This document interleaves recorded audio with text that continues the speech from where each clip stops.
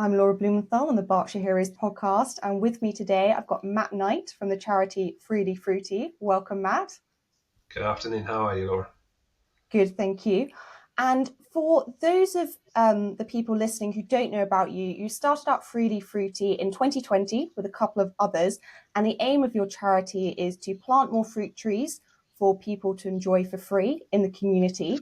And you grow your own trees, and you've planted a number of community orchards, community gardens, and worked with schools. Everything grown in your orchard is used, so you donate to food banks as well. So tell us, what got you started in this? How do you know your co-founders, and where is your orchard?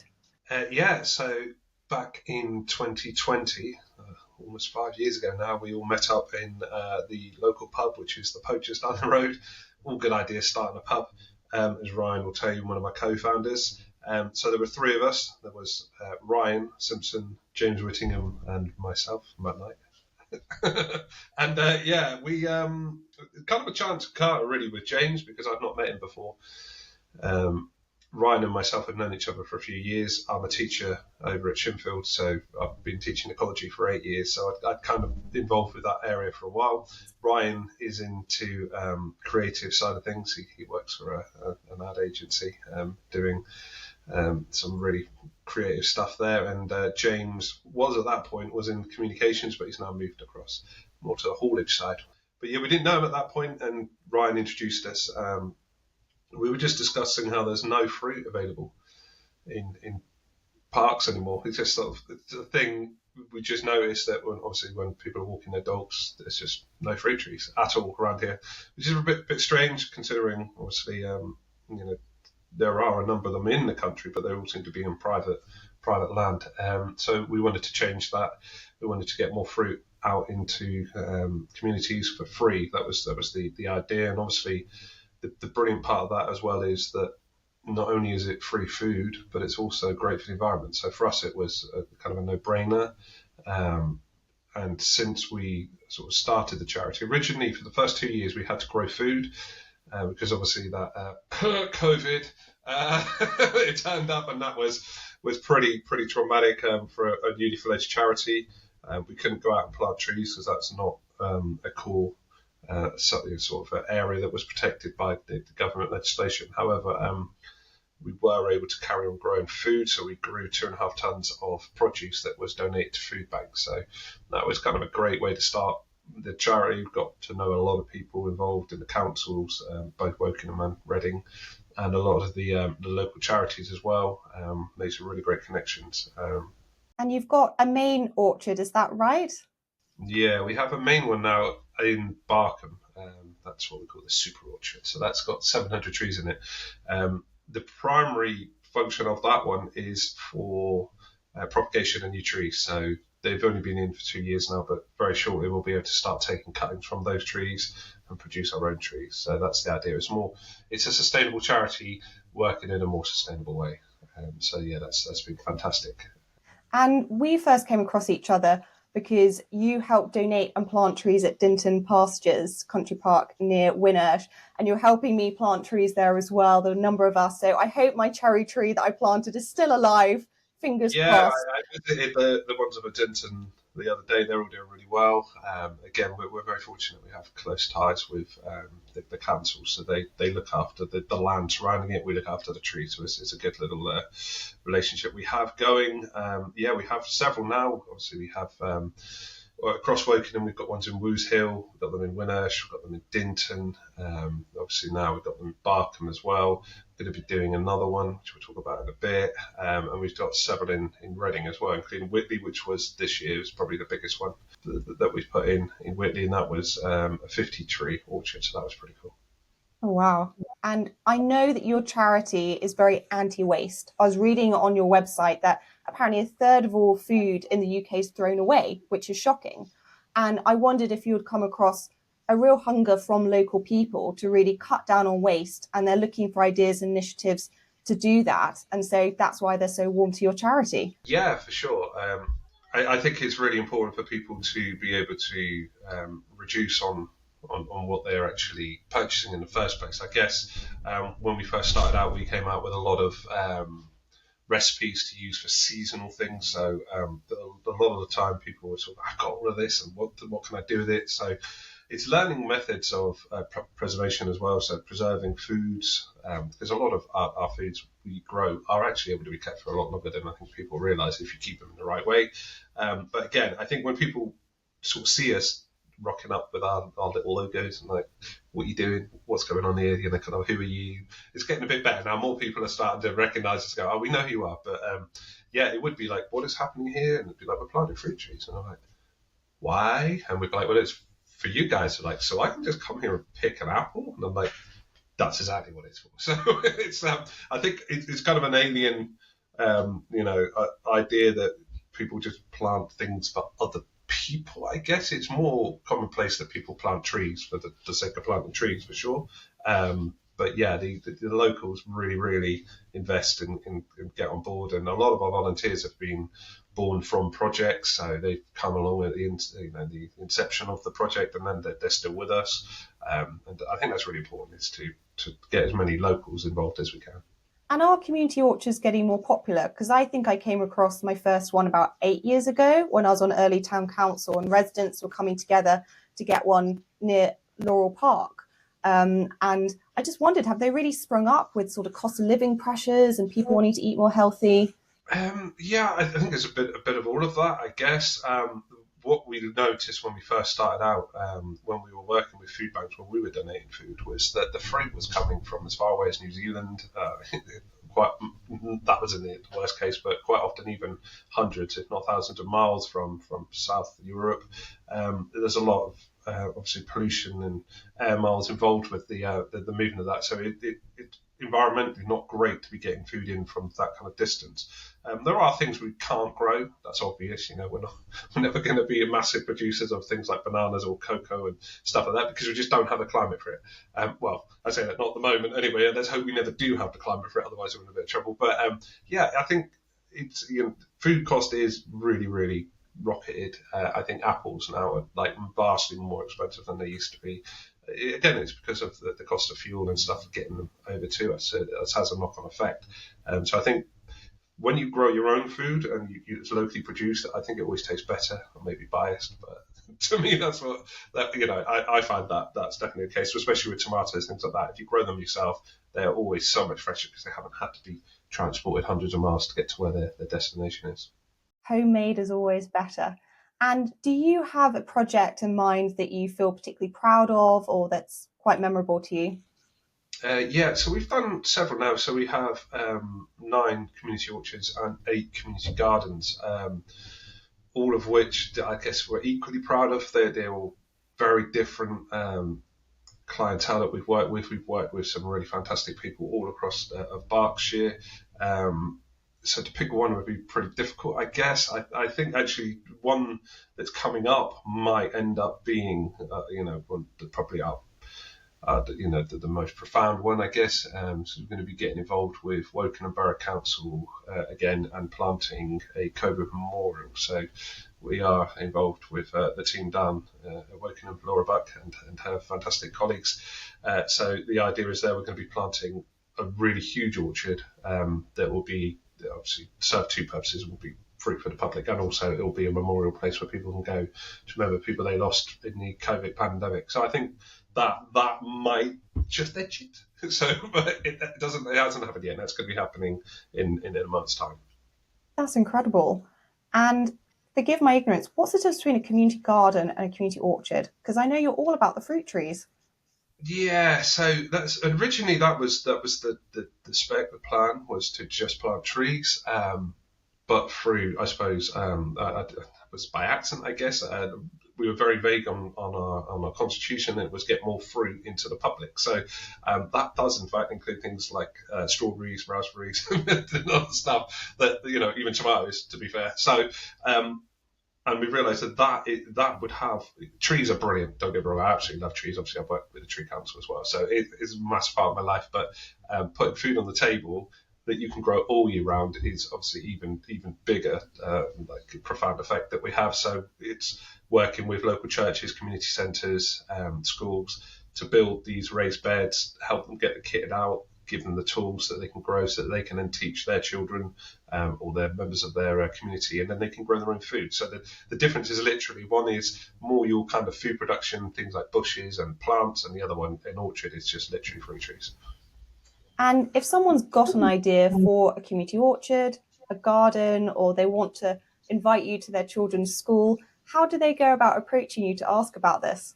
We are pretty much all over the place on social media with the tag of Freely Fruity or Freely Fruity UK, because there is an American guy who's done similar, but he hasn't done anything with it. But yes, that's another story. But yeah, the easiest way of getting hold of us, if they email us at info@freelyfruity.org, or on Facebook as well. So either of those. And yeah, we're always open to suggestions. I think as long as we get permission to plant on the land, obviously if it's not classed as private land, that if it's public land and the local authorities are okay with it, then yeah, we're more than happy to plant wherever people can find the space, I guess. Are you focused very much in the Woking Borough and Reading area, or are you looking to potentially expand further into Berkshire? Yeah, so we have done some. We've done some in London, not many, but we have done some in London. We've done some in High Wycombe. We've done some in Newbury. We were due to do one in Wales actually this year. So we are spreading out, and I think eventually that's the idea, is that it will become more of a national charity. But yeah, so pretty much we've had people inquire from all over the place. I suppose if we're physically able to get there, then yeah, it would be something we would consider doing. Yeah. And thinking about your background as an ecology teacher, how important do you think it is to get children involved in planting, understanding the importance of what they eat, the importance of looking after nature at a really early age? Yeah, massive. I think it's from twofold, I guess. Speaking to some of my colleagues up at Reading University, they're predicting that in 30 years' time, 70% of all vocations will be either directly or indirectly related to sustainability and ecology. So, from making money and living side of it, if you even take out all of the environmental aspects and everything else, these kids are going to need to be skilled in this stuff so that they're able to function and get themselves employment in the years to come. Then obviously, then you do have the other side, the equally important. It's massively important for the environment, and it's really, I think, COVID kind of kick-started a whole grow your own thing again. I know a lot of people. We know, because we couldn't buy anything, we couldn't get stuff in for the charity because everywhere was sold out. Everybody bought their grow their own stuff, but then it's kind of like. And a lot of people have just put it aside again. So we're trying to really encourage that with the kids. I know when I grew up, I was encouraged to grow my own food with my parents and to cook. So it's just, I think, something that's really important to be passed down. To write a passage really is to be able to function and to exist on this planet without maybe just keep expecting things to be delivered, and to maybe actually put something back in, I guess. And I can imagine growing trees and having an orchard is quite expensive. How is that supported? Is it through grants? Is it through donations? Can people donate to the charity? Yeah, for sure. Again, if you go to our website, which is freelyfruity.org, there's loads of different ways you can get involved, either directly or indirectly. But of course, the funding is brilliant. We always welcome it. Most of our money, I suppose, comes from corporate grants at the moment. It's a very difficult one. You can't really go to the local supermarket and sort of go get money for trees, because I appreciate, obviously, that there are so many things going on in the world at the moment. There's wars, famine. Like, trees are massively important. I get that, but there are so many other important things as well. So we don't maybe go that route. Probably focus more on working with companies and organisations like the Berkshire Community Foundation and sort of the ones who work with the big corporates to help us to raise the money. But yeah, somewhere in the region, yeah, six figures, I think, that has gone into trees into and around the Berkshire area. So yeah, we're currently sitting at 2,800 and a few trees that we put in, fruit Wow, trees, and 64 raised beds. So quite a lot, obviously, of investment that's into the. incredible. Yeah, it keeps you fit. Well, yes, quite. There are many positives to this. And I know you're very much focused on the COVID orchard coming up, but is there anything Yes. else that you're focused on right now? Yeah, so okay, that's just the larger one because that one's going to be, I think, almost 100 trees. So that's a huge project. But we're also, I've got several schools that we're going to be working with in the Woking and Reading areas. We've also going this weekend. We're going into central Reading, so that's going to be an interesting one. That's the first time we've gone into a centre of a town. So we're going to be going to Reading Town Centre to plant a mini orchard there. Yeah, we've got several little jobs that are coming up here and there. But yeah, I think the big one that will go in, I think before close of play will be definitely in Barkham, I think so. And where are you planting in Reading Town Centre? I can't imagine where this will be.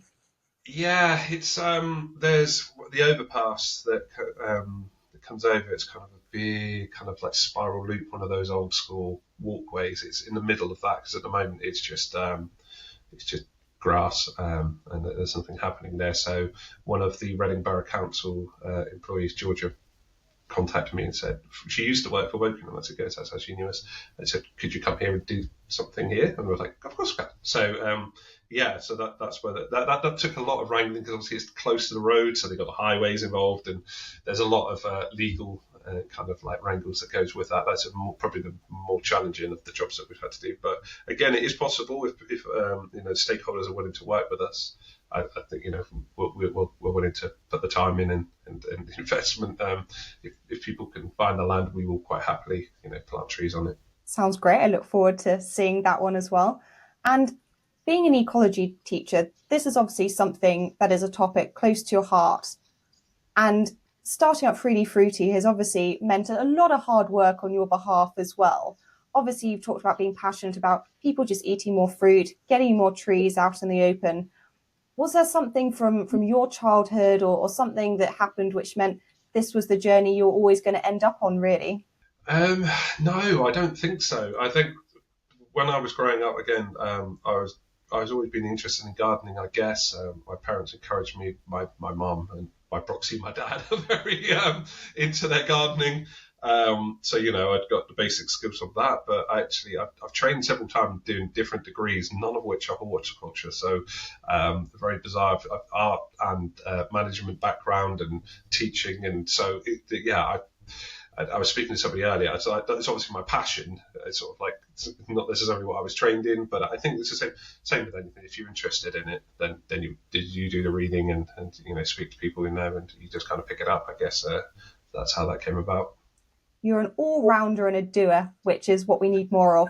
And finally, if you were Prime Minister, which law would you introduce or change and why? Yeah, that's a difficult one. I've always said with politics, I'd stay clear of it because of I'm a little bit too honest. I don't think people would take to me very well. I think I wouldn't last very long. They'd be like, sorry. But I think actually, as a whole, as a country, no matter, bipartisan, they all seem to be off the same sheet, and that is that they all recognise that the environment is a massive issue, and they're all wanting to push towards that, varying levels of that. But then when you compare us to maybe America or China, then actually we are worlds apart, worlds better than what they're doing. So I think I would just be encouraging. I think especially Kia now, I'd be saying, well, actually, what you need to be doing is pushing on with this. I know there's a temptation to say, well, let's step back because it's a lot to do and other countries aren't doing it. But and this is often the argument I hear from people. Well, what's the point? Because China's not going to stop, America's not going to stop. And I was like, well, if everybody follows that lead, then nothing is going to change at all. So we can only obviously concentrate on what we can do. And I think we're going the right way with clean energy. I think we need to get many more. We're an island. We're surrounded by water. So actually, the technology is there for the tidal creation, and that is apparently the best return for energy production. So we should be maybe looking more towards that, and obviously continuing our solar and our wind ventures. But I think really this is it. It's carrying on with what we're doing. I don't think I would drastically throw anything out at the moment, but I would just say maybe let's just make this bigger and try and push it to maybe earlier because 2050 is a long way off. It's a long way It off. is. It is. Uh, Well, I hope the cherry tree I planted in Dinton is still alive, but I'm certainly going to go and check on it when I'm next around Dinton. You said they all look healthy, so I'm hoping that tree is doing well for my planting's sake. But thank you so much, Matt, for joining me today on Berkshire Heroes. It's been an absolute pleasure to talk to you. Cheers, thank you, Laura.